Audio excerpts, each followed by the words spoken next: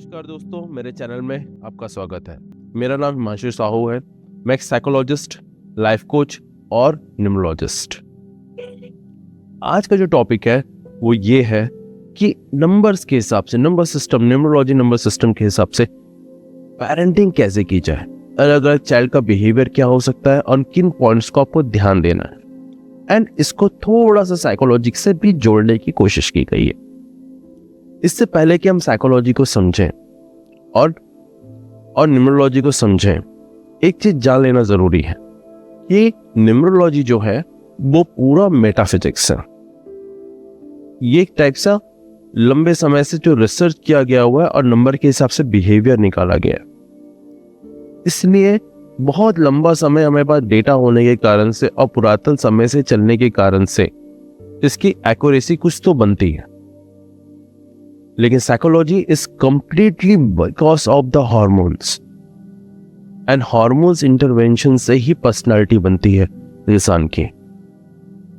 And ये छोटे छोटे हार्मोन्स अलग अलग नंबर में कैसे इंपैक्टफुल डालते हैं, इसी चीज को जानेंगे।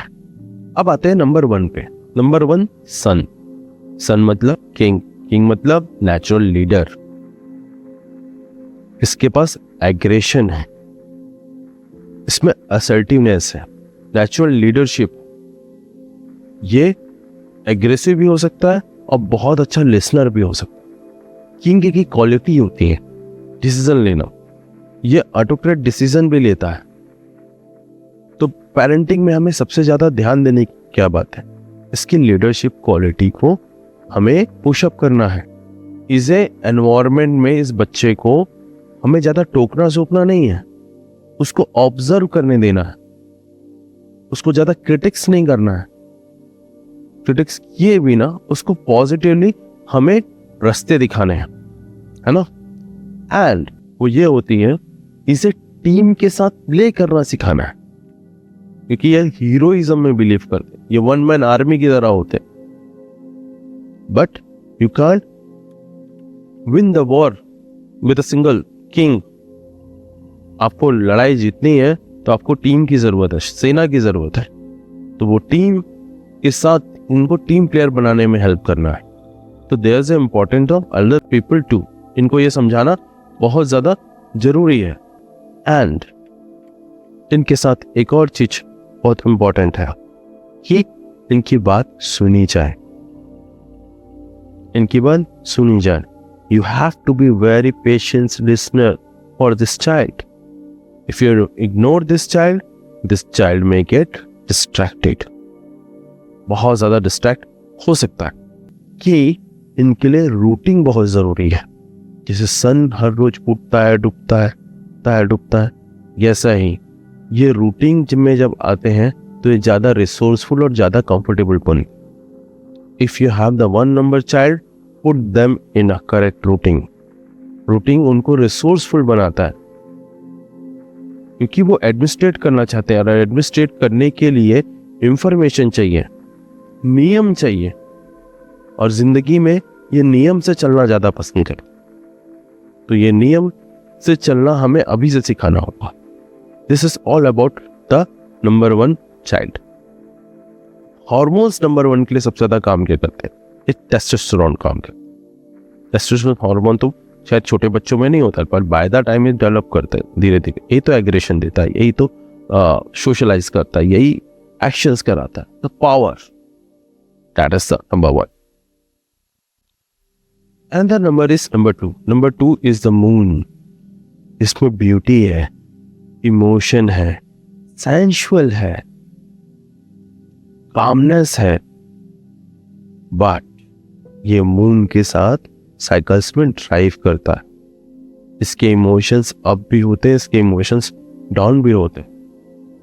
ये बहुत जल्दी स्ट्रेस लेता है क्योंकि सेंसिटिव है।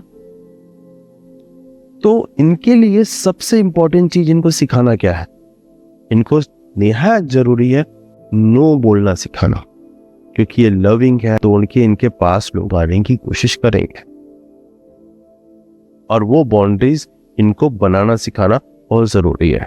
और किसी भी बाउंड्री को सही तरीके से बनाने के लिए किसी भी इंसान को सबसे पहले राइट वे टू से नो इज वेरी इंपॉर्टेंट। तो राइट वे टू से नो इनको सिखाना।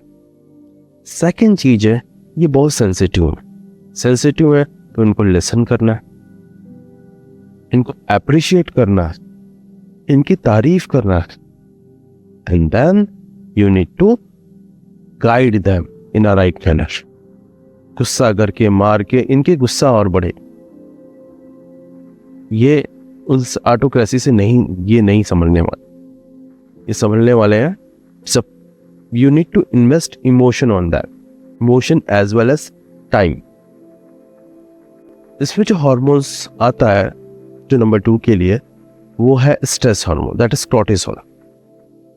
इसका मतलब ये नहीं कि बच्चे में कॉर्टिसोल है, लेकिन बच्चा जब सेंसिटिव है, इफ इन द केस, और ये बहुत छोटे छोटे बात में सेंसिटिव फील करता है, अगर ये राइट बाउंड्री फेस नहीं करेगा तो इसके कॉर्टिसोल लेवल हाई रहेंगे और ज्यादा स्ट्रेस। तो ये है नंबर 2। नेक्स्ट नंबर है जो क्रिएटिव है, एक्सप्रेसिव है, जॉयफुल है, इमोशनल है और सोशल है। कौन सा नंबर है? नंबर 3, गुरु का नंबर। ये सोशलाइज करना बहुत पसंद है, इनको लोगों को टीच करना बहुत पसंद है, उनके अंदर टीचिबिलिटी पहले से होती है, ज्ञान पहले से होता है, नॉलेज होता है, ये नॉलेज सीख करते हैं, नॉलेज ही कम्युनिकेट करते हैं। और ये इनके लिए बहुत ज़रूरी है कि राइट मेंटल शिप में, जो मेंटल वाइब्रेशन में मैच करे, वो सर्कल ये डेवलप करना सीखे।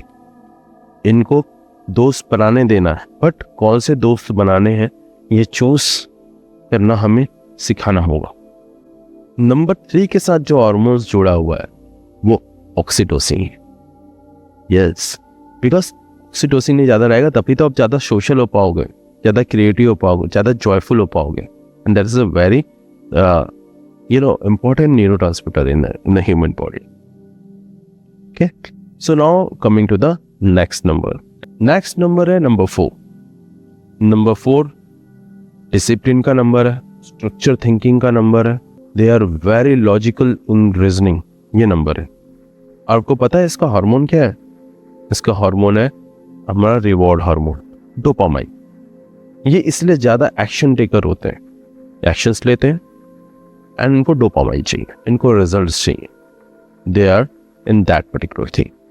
इनकी पेरेंटिंग में हमें क्या चीज ध्यान रखना, ये काफी रिजिड हो जाते हैं, तो इनकी फ्लेक्सिबिलिटी में हमें ध्यान रखना, ये कैसे फ्लेक्सिबल हो ज्यादा से ज्यादा, या ये लोगों से कनेक्ट करें, अपने सेल्फ एक्सप्रेशन कर दें, क्योंकि ये थोड़ा रिजर्व होते हैं नेचर में, और ये जितना ज्यादा सेल्फ एक्सप्रेस करेंगे उतना ज्यादा ये इंटरेक्ट करेंगे, उतना ही इनका इंटेलिजेंस है वो काम करेगा, because they are very highly intelligent. जितना इन्फॉर्म्ड रहेंगे उतना ये, हमें जो सबसे ज्यादा चीज इनको जो सिखानी है वो है इमोशनल कनेक्शन। नंबर 4 के साथ जो पेरेंटिंग में हमें ध्यान रखना है, एक तो ये बहुत इंटेलिजेंट है और ये हार्ड वर्किंग भी बहुत है। इंटेलिजेंट माइंड जब हार्ड वर्किंग करेगा तो क्या चाहेगा? एप्रिशिएशन। तो टाइम से इनको एप्रिशिएट करना बहुत जरूरी है। ये थोड़ा रिजर्व होते हैं नेचर में, इन्हें सोशल से मिलना जुलना सिखाना पड़ेगा, ज्यादा से ज्यादा एक्सप्लोर करना सिखाना पड़ेगा। तो जितना ये एक्सप्लोर करेंगे इनका इंटेलेक्ट उतना ज्यादा बढ़ेगा। That is the thing, self expression इनको सिखाना है, एंड जो चीज इन्हें सिखानी है वो है रिजिडिटी से दूर रखना है। They have rigidity in their nature, तो वहां पे हमें इन्हें सिखाना है how to be flexible and the slow with the time. This is for the number 4। Number 5, क्योंकि थोड़े आलसी होते हैं नेचर में, तो इनको टास्क को कंप्लीट करना सिखाना है। सेकेंड है क्योंकि इनका कनेक्शन सबसे है, तो इनको ज्यादा से ज्यादा एक्सप्लोर करने देना है। एक्सप्लोरेशंस के साथ साथ इनको बाउंड्री सेट करना भी सिखाना। ये अधिकतर स्टेबल नहीं रहते, ये रिस्क बहुत लेते हैं, क्योंकि इनको चीजें आसानी से मिलती है तो ये बहुत जल्दी टेम्प्ट हो जाते हैं इधर या उधर। तो उनको स्टेबिलिटी का इंपॉर्टेंस को बताना है, that is the most important thing, stability के इंपॉर्टेंस को। और इनको ओवर शेड्यूलिंग करने से बचना है, इनको जैसे आप बॉक्स में ओवर शेड्यूलिंग करने की कोशिश करोगे, दिस इज द डिसिप्लिन, बहुत ज़्यादा डिसिप्लिन करने की कोशिश करेंगे, ये थक जाएंगे। तो दैट इज़ वाई ये फ्री वे से चलते हैं। तो इनको बच्चे की तरह हैंडल करना है, with love, with care and with lots of opportunities. अगला जो नंबर है वो नंबर 6। नंबर 6 किसका है? शुक्र का नंबर। शुक्र is the number of luxury. Luxury कब मिलेगी? आप ज्यादा आप नर्चरिंग होंगे, ज्यादा फैमिली ओरिएंटेड रहोगे, अपने लव वन के ध्यान दोगे, लोगों की हेल्प करोगे। सो इनका जो नेचर होता है लोगों की हेल्प करना चाहते से ज्यादा। इनको सिखाना पड़ता है क्या आपको दूसरों के ख्याल के साथ साथ खुद का भी ख्याल रखना है, थोड़ा सा मतलबी बनना इनको सिखाना पड़ता है। They are giver in nature, they have luxury, they have fun, they have all the things, और उनको देना पसंद है, और देने से ही एक्चुअल में इनके पास चीजें बढ़ते रहती है।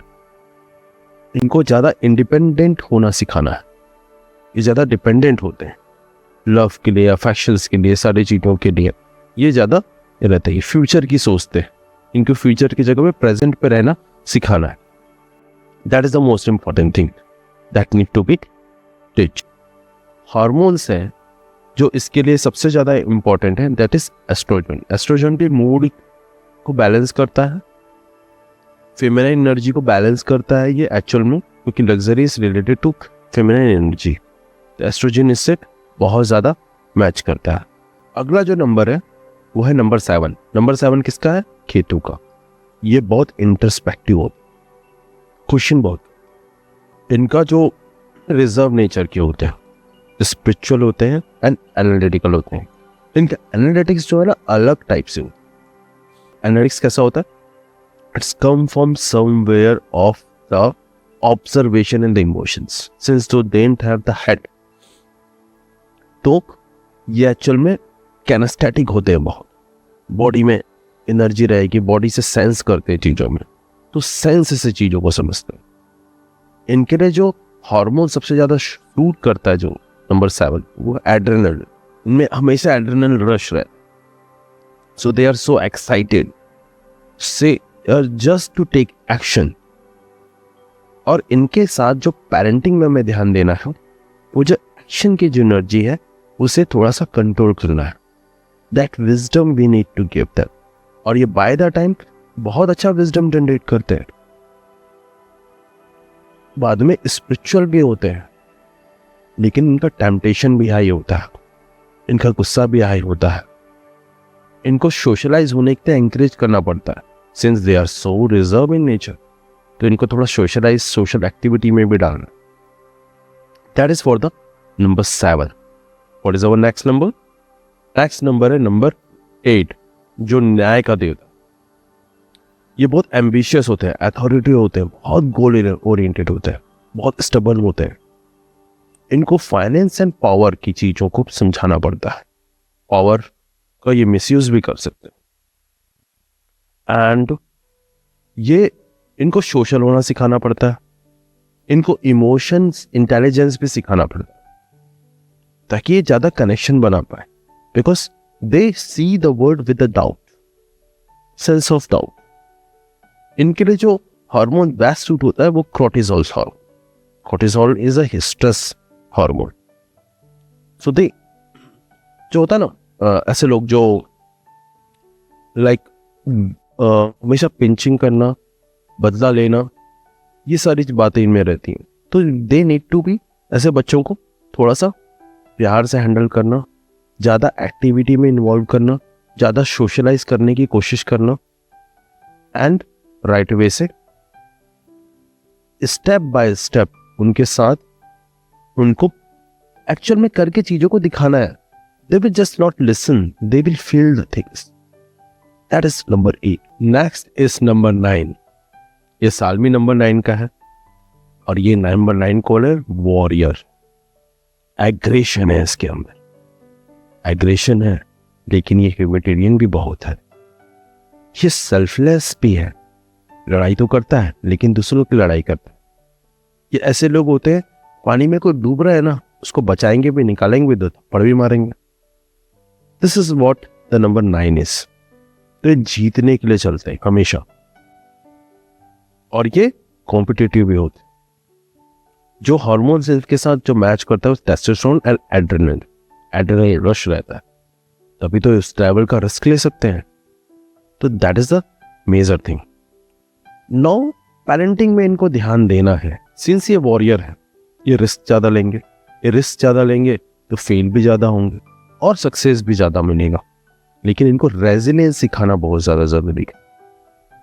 इनको थोड़ा सा मतलबी बनना भी बहुत ज्यादा जरूरी है इनको, क्योंकि ये हमेशा दूसरे को हेल्प करने के लिए किसी भी हद तक जा सकते हैं, सेल्फलेसली जा सकते हैं।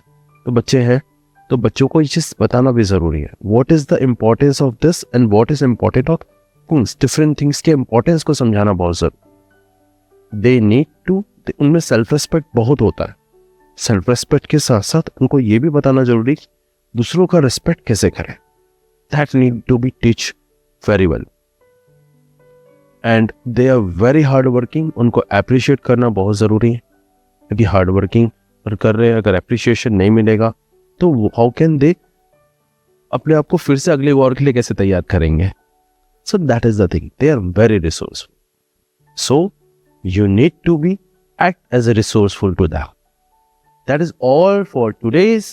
Hope you like this episode, and if you like, please do comment, share and subscribe. All the best.